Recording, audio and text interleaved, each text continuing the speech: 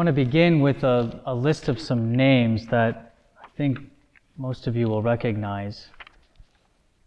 Albert the Great, Martin de Porres, Agnes of Montepulciano, Antoninus, Catherine of Siena, Catherine de' Ricci, Hyacinth, John of Cologne, Juan Macias, Margaret of Hungary, Peter of Verona, Pius V, Rose of Lima. I could continue, but I think you're getting the gist of this, right? It's a list of many Dominican names. And of course, that's one thing that they all have in common. But there's another thing, actually more fundamental, that I want to ask. What is it that they do have in common? And simply, what's common among all of these names is that they responded to God's call. Each of them, in very different ways, in very different places, and very different time periods, responded generously with all they were and all they had to God's invitation.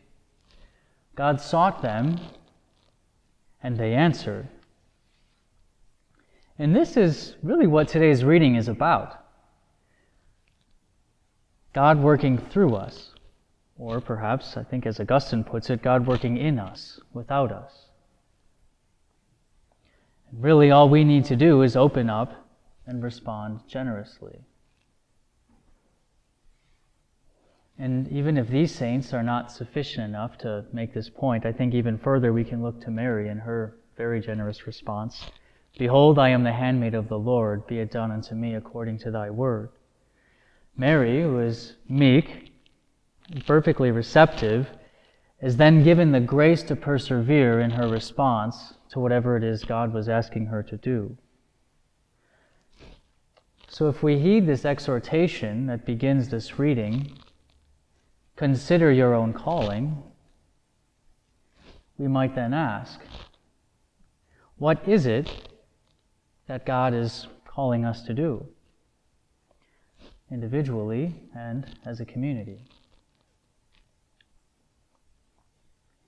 And importantly, in praying about and discerning what this call could be as an individual and as a community, we have to remember that our response is not yet completed. It's still in process. These words to a lot of the friars gathered here might be familiar. May God, who has begun the work in you, bring it to fulfillment. It's an ongoing process, our response to this call that we've received. So each day, we must recommit ourselves in our loving response to God's call to us. And this comes in a variety of ways. Perhaps a fervent fidelity to our studies, or a love of the brothers, or of our friends and family, especially in the quiet and hidden ways. A jealous guarding of our commitment to contemplation, a zeal for preaching the gospel, a passion for working at Aquinas, or leading Aquinas, a love for the poor.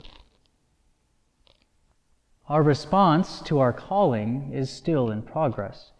John Chrysostom, commenting on this passage, remarks, "A little learning is a dangerous thing because it makes those who have it unwilling to learn more." Maybe we could just adopt this or adapt this slightly by saying a half-executed Dominican vocation or just a half-executed life is a dangerous thing because it makes one unwilling to grow more. Are we willing to daily submit to God's call, regardless of where we are on the timeline in responding? Tomorrow and yesterday really do not matter. What matters most is today, and what we do today in responding to this invitation. So, in pondering some of these figures I mentioned in the beginning, Thomas Aquinas, for example, we just celebrated him.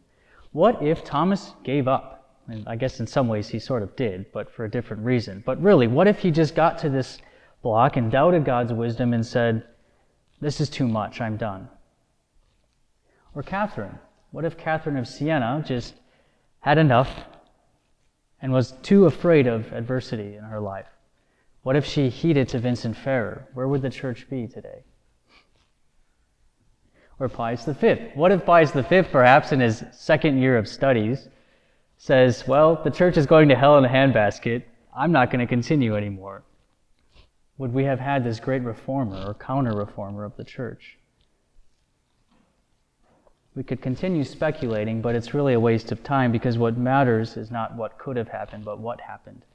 And simply that they responded with everything, a complete, generous giving of themselves to God's call in their lives, each and every day.